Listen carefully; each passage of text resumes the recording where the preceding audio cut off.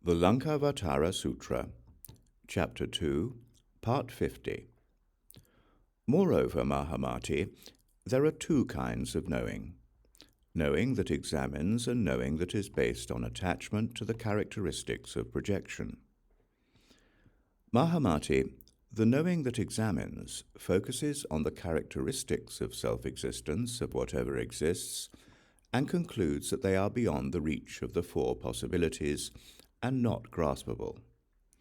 This is what is meant by the knowing that examines.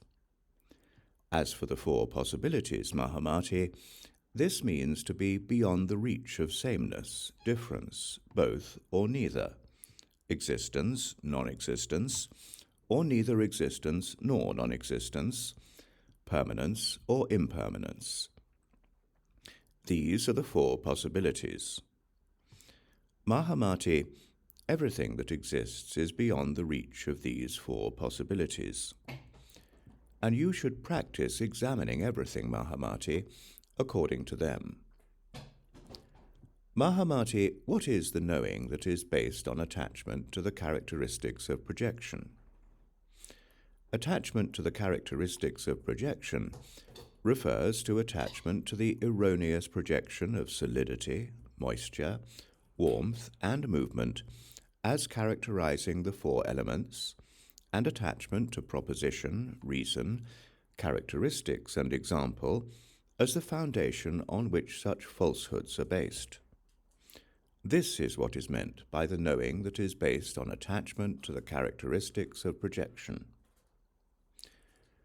This is what characterizes the two kinds of knowing. By mastering what characterizes these two kinds of knowing, bodhisattvas finally understand the absence of a self among persons and things, and understand the means by which to use their projectionless knowing to examine the stages of practice. As they reach the initial stage, they enter hundreds of samadhis. And in certain of these samadhis, they see hundreds of Buddhas and bodhisattvas and events, hundreds of kalpas in the past and future.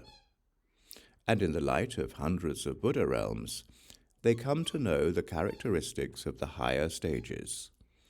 And by virtue of their peerless vows and their masteries and higher powers, they reach the personal realization of the Tathagata stage, where their foreheads are anointed among Dharma clouds.